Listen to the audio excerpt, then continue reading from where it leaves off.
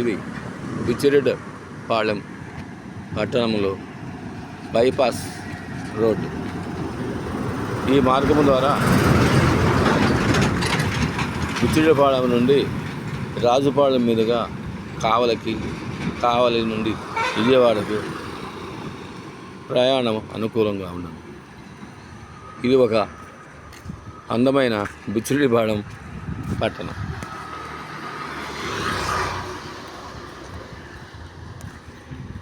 ఇది bypass road.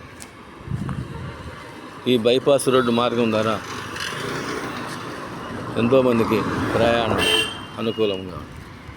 Srirama జయ రామ జయ జయ రామ, శ్రీరామ జయ రామ జయ జయ రామ,